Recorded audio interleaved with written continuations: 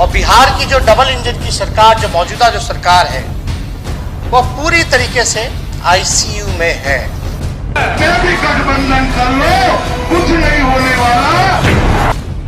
चलेगी जुबानी कटार या होगी वादों की बौछार, सह और मत के खेल में इस बार किसका बिहार?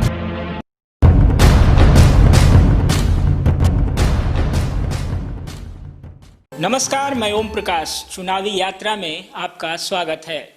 जी हां, बिहार में चुनावी बिगुल बज चुका है। चाहे प्रत्याशी हो या कोई भी राजनीतिक दल के नेता, पूरे जोरों शोर से जनता के बीच आए हुए हैं, अपनी अपनी बातों को रख रहे हैं।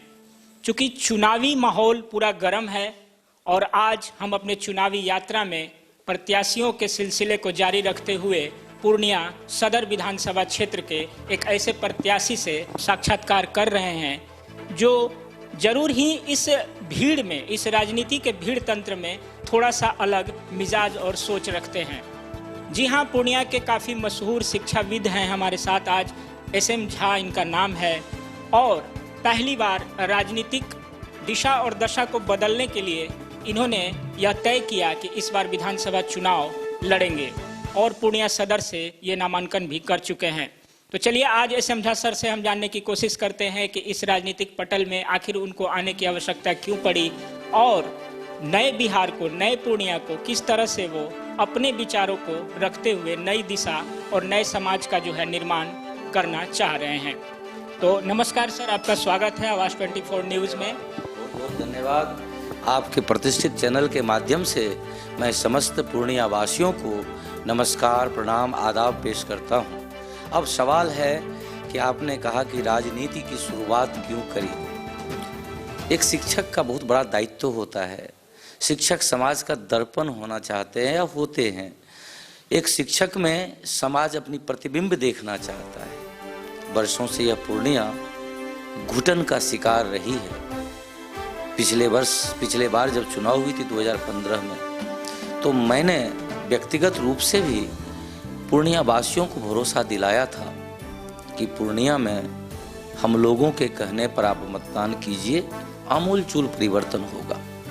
लेकिन परिवर्तन ये हुआ कि सर्वत्र नारकीय स्थिति उत्पन्न हो गई। पूर्णिया में पूर्णिया कूड़ेदान में तब्दील हो गई। जनप्रतिनिधि सरोकारहीनता के सर्वोच्च मुकाम को छूना शुरू कर दिए। खुलेआम कमीशन खोरी, खुलेआम सरोकारहीनता का प्रदर्शन, खुलेआम जन समस्याओं से दूर भागने की चेष्टा, ये देखकर बहुत विह्वल हो गया। आपने सर अचानक आपने ये जो अपने जो चूंकि आप शिक्षक रहे हैं, पूर्णिया के पुराने जाने माने शिक्षक रहे हैं, समाज को बदलने या पूर्णिया को बदलने की जहाँ तक आप बात कर रहे हैं, तो क्यों आपको लगा कि मुझे राजनीति में ही आना चाहिए इसको बदलने के लिए? और पुरानी पार्टियों का जो भी तरीका रहा है शुरू के दौर से अभी तक, क्या आप उनमें अंतर पाते हैं? और जनता तो ये जरूर जानना चाहेगी कि आपके आने से आपके क्या थीम्स हैं, क्या मोटिव्स हैं कि आप जनता को आप बतला रहे हैं चुनाव में? जी बिल्कुल, 3 प्रश्न आपने एक साथ कर दिए हैं। तो सबसे पहला प्रश्न का जवाब कि राजनीति में आने की क्यों सोचा, तो एक शिक्षक के नाते मैं एजुकेशन से समाज बदलना चाहता था। 25 वर्ष मैंने पूर्णिया को दिया है और एजुकेशन से समाज में बदलाव लाने की चेष्टा रही मेरी। लेकिन जब मैं दलितों के बस्ती में गरीबों के तकलीफ को जानने वहाँ पहुँचना शुरू किया, तो मुझे लगा कि मैं अकेले दम पर बिना किसी राजनीतिक ताकत का वह चीज़ समाज को नहीं दे पाऊंगा जो मैं देना चाहता हूँ। वर्षों से दलित बस्तियों में आंगनबाड़ी तक की व्यवस्था नहीं है। नारकीय स्थिति में वे जीते हैं। एक तरफ शिक्षा पूर्णतः चौपट स्थिति में पहुंच गई है, दूसरे तरफ युवाओं के बारे में कोई भी राजनीतिक दल या राजनीतिक प्रतिनिधि सोचते ही नहीं है। उनके नज़र में युवा सिर्फ एक चारा है, चुनावी चारा। इसी कारण से आज देखिए आप, सर्वत्र युवाओं में मानसिक अवसाद बढ़ गया है। अवसाद के बढ़ने के कारण आज अपराध भी बढ़ते जा रहा है। इसका सबसे बड़ा वजह है बेकारी और बेरोजगारी। यदि जनप्रतिनिधि सचेत होते, सरोकारहीन नहीं होते, तो बियाडा की कंपनियां चालू होती, युवाओं को नौकरी मिलता, उनमें मानसिक अवसाद नहीं आता और वे आज इस मैकर और अपराधी नहीं बनते। और जो आपने सबसे बड़ा बात कहा कि राजनीतिक पार्टियों के स्थापित स्थिति को चुनौती देते हुए आप निर्दलीय क्यों खड़ा हुए, तो महोदय मैं ये कहना चाहूँगा कि श्रद्धेय अटल बिहारी वाजपेयी जी हों या उनसे पहले श्रद्धेय महात्मा गांधी जी हों या उनसे भी पहले यदि हम श्रद्धेय पंडित दीनदयाल उपाध्याय जी की बात करें, इन सबों ने मिलकर लोकतांत्रिक व्यवस्था लाने का प्रयास किया था, लेकिन 4-5 पार्टियों ने लोकतांत्रिक व्यवस्था को हाईजैक कर लिया है। आज आप समझें कि जब पूर्णिया वाटर लॉकडाउन की स्थिति में सिसक रही थी, लोग अपने अपने घरों में कैद थे, बच्चे बीमार हो रहे थे, बूढ़े बुजुर्गों की स्थिति गंभीर होती जा रही थी, उस समय हमारे जनप्रतिनिधि पटना और दिल्ली का चक्कर लगा रहे थे टिकट के लिए। कोई कहते हैं मुझे फलां टिकट छाप का टिकट मिलेगा जीत जाऊंगा, कोई कहते मुझे फलां छाप का टिकट मिलेगा जीत जाऊंगा, कोई कहते मुझे फलां छाप का टिकट मिलेगा तो जीत जाऊंगा। कोई ये नहीं कहते कि आम आवाम का जब तक समर्थन नहीं मिलेगा तो हम कैसे जीत सकते हैं। इसका मतलब सीधा है कि 4-5 पार्टियों ने आम आवाम को अपना गुलाम समझ रखा है। इसीलिए बिना अपने जो इनके कार्यकर्तागण होते हैं उनके संपर्क के बिना, उनसे बिना विचार विमर्श किए ये उम्मीदवार थोप देते हैं और उम्मीदवारों को थोपने के बाद ये उम्मीद करते हैं कि ये जीत जाए। बरसों से हम जिताते आए हैं छाप वाले उम्मीदवारों को। यही कारण है कि छाप से यदि उम्मीदवार जीतते हैं तो उनका सरोकार छाप से जुड़ जाता है, उनका सरोकार जनमानस से नहीं जुड़ पाता है। मैं कह रहा था कि पार्टियों का जो अस्तित्व में पार्टियों का आना हुआ, 1850 ईस्वी में कांग्रेस अस्तित्व में आई,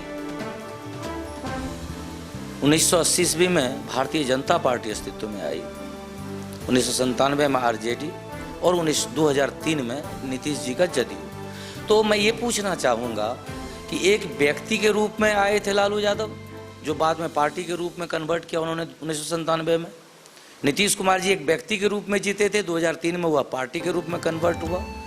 ठीक उसी प्रकार हमारे माननीय दीनदयाल उपाध्याय जी एवं अन्य ने मिलकर 1980 ईस्वी में भारतीय जनता पार्टी की स्थापना करवाई थी। तो विजन होना चाहिए, सच्चा अच्छा विजन होना चाहिए। शुरुआत में ये लोग अच्छे थे, लेकिन धीरे धीरे इन लोगों ने कहीं न कहीं लोकतंत्र को कैद करने की कोशिश करी है। हर राजनीतिक पार्टी अपने एक विजन के साथ ही जो है चुनाव में उतरती है और लोग कहीं ना कहीं उस विजन को फॉलो करते हैं तो ही जाके वो पार्टी जनाधार बना पाती है जनता के बीच में। तो आपको क्या लग रहा है कि अगर मैं तुलना करूं पिछले 15 साल से और उसके भी पिछले 15 साल से, तो आपकी एक मनोभाव, नीतीश कुमार जिस तरह से बिहार को चला रहे हैं, वो हमेशा दावा करते हैं कि जो 15 साल का जंगल राज था उसके बदले आज जो बिहार की स्थिति है उसमें कहीं ना कहीं जदयू और बाद में एनडीए के साथ मिलकर के बिहार को यहाँ तक लेकर के आए हैं, उन्हें फिर मौका मिले जो कि बिहार को और भी आगे ले जाएं। लेकिन वही दूसरी तरफ तेजस्वी विपक्ष के जो नेता हैं उनका बयान है कि अब सिर्फ वादे में कुछ दम नहीं रह गया है नीतीश कुमार के और इनकी रिटायरमेंट की टाइमिंग आ गई है। तो बिहार का जो दो धड़ा शुरू से रहा है, एक आरजेडी के पास यानी कि लालू यादव के पास और दूसरा एक नीतीश कुमार के तरफ से, तो क्या कोई तीसरा खंड आपको दिख रहा है कि बिहार में अब एंट्री धीरे धीरे हो रहा है जो कि राजनीतिक दिशा और दशा को बदल पाए? सबसे पहले तो मैं ये कहना चाहूँगा कि मैं अपने सम्मानित बिहार वासियों से करबद्ध निवेदन करना चाहता हूँ कि आप ये क्यों मान रहे हैं कि यही दो में से कोई एक बनेगा? ये क्यों मान रहे हैं आप सुयोग्य, कर्तव्यनिष्ठ, ईमानदार निर्दलियों की फौज खड़ा कर दीजिए, लोकतंत्र धरातल पर आ जाएगा। इन पार्टी वालों ने लोकतंत्र को हाईजैक कर लिया है, बिना कार्यकर्ताओं से विचार विमर्श किए, बिना अपने समर्थकों से पूछे ये जो उम्मीदवार तय करते हैं ये तो लोकतंत्र के हत्यारे हैं। इन लोकतंत्र के हत्यारों से आप यह कैसे उम्मीद कर सकते हैं कि धरातल पर लोकतंत्र को लाएंगे? ये कदाचित नहीं ला सकते धरातल पर लोकतंत्र को। लोकतंत्र को धरातल पर लाना है तो मैं बिहार वासियों से करबद्ध निवेदन करता हूं, प्रार्थना करता हूं कि सुयोग्य उम्मीदवारों को चुनिए, चाहे वह किसी दल के हों या दल के बाहर निर्दलीय हों। सुयोग्य व्यक्तियों को यदि आप विधानसभा में भेजते हैं तो ये जरूरी नहीं कि नीतीश कुमार ही मुख्यमंत्री बनेंगे या तेजस्वी यादव ही बनेंगे, सुयोग्य जो होगा वो बने। नई धारा के परिवर्तन में जहां तक देखा जा रहा है कि चिराग पासवान एक नए उभरते सितारे बिहार के लिए बन रहे हैं, दूसरे उधर से तेजस्वी भी, मतलब कि एक नई सोच के साथ इन लोगों की भी ये कहना है समाज में या सभाओं में कि हम लोगों की राजनीति एक नई दिशा और दशा के साथ शुरू होने वाली है। तो क्या अपनी जिज्ञासा या अपनी सोच को उन लोगों से क्या इंटेंगल आप कर पा रहे हैं? देखिए, जहाँ तक चिराग पासवान हो, तेजस्वी यादव हो या हमारे माननीय मुख्यमंत्री नीतीश कुमार जी हो, ये लोग विरासत को अपना बपोती राज समझ बैठा है बिहार को। इन्होंने, इनकी बपोती बिहार नहीं है। यदि यह लोकतंत्र है तो लोकतंत्र में मुख्यमंत्री चुनने का काम लोग करेंगे, ये दल के दलाल नहीं करेंगे। इनकी औकात नहीं कि लोकतंत्र को ये खरीद लें। मतलब आप मान रहे हैं कि ये वंशवाद की राजनीति भी नहीं चलने वाली है? बिल्कुल नहीं चलने वाली है। मैं बिहार वासियों से करबद्ध निवेदन करता हूं, पूर्णिया वासियों से करबद्ध निवेदन करता हूं कि आप अपना मतदान सुशिक्षित, योग्य, कर्तव्यनिष्ठ, ईमानदार, निर्भीक, बेबाक व्यक्ति को देख करके कीजिए। छाप में कुछ नहीं रखा हुआ है। ऐसे व्यक्ति जब विधानसभा में पहुंचेंगे तो लोकतंत्र धरातल पर आएगा, और जब लोकतंत्र धरातल पर आएगा तो लोगों के द्वारा चुना गया मुखिया ही मुख्यमंत्री होगा। किसी का बेटा या किसी का बाप मुख्यमंत्री नहीं हो सकता। चलिए, ये तो बिहार राज्य लेवल और सरकारों से संबंधित बातें हुई। अब हम पूर्णिया पर आते हैं। पूर्णिया की जहाँ तक बात है, चूंकि आप सदर विधानसभा क्षेत्र से अपना नामांकन दाखिल किए हैं, और पूर्णिया की अगर विशेषतर बात की जाए तो काफ़ी समय से करीब 4 बार से जो है बीजेपी के यहाँ से विधायक चुने गए हैं, और उसके बाद आप एक निर्दलीय के रूप में अपने आप को प्रस्तुत कर रहे हैं। उनके टर्म को और अपने नए टर्म को आप किन चुनावी वादों के साथ लोगों को बता रहे हैं? क्यों? चूंकि पार्टी विशेष नहीं होने के बावजूद भी लोग आपको क्यों चुने? बिल्कुल, देखिए, आज तक जो हुआ है 20 वर्षों में पूर्णिया को जितना छाला जाना था उससे कहीं ज्यादा छाला चला गया है। जो हमारे जनप्रतिनिधि बन के आए उनमें जनता के प्रति सरोकार नहीं था, जन समस्याओं की जानकारी नहीं थी। ये अपने द्वारा घोषणा पत्र नहीं बनाते, किसी सीए या किसी वकील के द्वारा बनाए गए 51 सूत्री घोषणा पत्र को पकड़कर सिर्फ फोटो खिंचवाना जानते हैं। इन्होंने पूर्णिया के विकास को अवरुद्ध कर दिया। जो नैसर्गिक सौंदर्य युक्त पूर्णिया थी उसे नारकीय पूर्णिया में बदल दिया 20 वर्षों में इन लोगों ने। मैं न तो 51 सूत्री योजनाओं के साथ आया हूं, न ही मैं ये कहूंगा कि यहाँ हवाई अड्डा का 4 निर्माण कर दूंगा, मेट्रो ट्रेन चला दूंगा, बिल्कुल नहीं। पूर्णिया स्वच्छ, सुंदर, सुरक्षित होगी।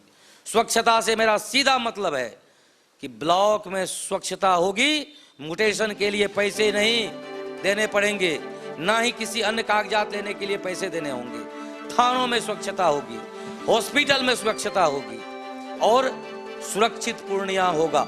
आप 12 बजे रात में भी पूर्णिया में विचरण कर सकते हैं, खरोंच नहीं आएगी। सुंदर पूर्णिया होगा। पूर्णिया की एंट्री पॉइंट पर ही आपको लग जाएगा कि आप पूर्णिया में प्रवेश कर रहे हैं। बच्चों को शिक्षा मिलेगी, युवाओं को रोजगार मिलेगा, महिलाओं को सुरक्षा मिलेगी, बुजुर्गों का संरक्षण होगा। ठेले खोमचे वालों के लिए उसके जीवन में सुधार लाने का हर प्रयास करूंगा। टेम्पू चालकों की जिंदगी को इस नारकीय स्थिति से निकालूंगा। पूर्णिया जाम से मुक्त होगी और वाटर लॉकडाउन पुनः कभी नहीं होगा पूर्णिया में। ये सर, ये तो आपके नए विजन हैं, जनता इसको अपने नज़रिए से देखेगी। आजकल का जो चुनावी माहौल है काफ़ी खर्चालू होता है, वो आप जानते हैं कि बड़े बड़े हेलीकॉप्टरों पर जनसभाएं बड़ी बड़ी की जाती हैं। ऐसा हमें जानकारी मिली है कि आप अपने पूर्व छात्रों से भी जो है एक तरह से चंदा एकत्रित करके जो है अपने चुनावी खर्चे का जो है वहन कर रहे हैं। तो क्या एक नया तरीका है ये एक राजनीति में आने का, और क्या ये बजट आपको ऐसा लग रहा है कि काफ़ी है बड़े बड़े नेताओं के चुनावी रैली और सभा के आगे?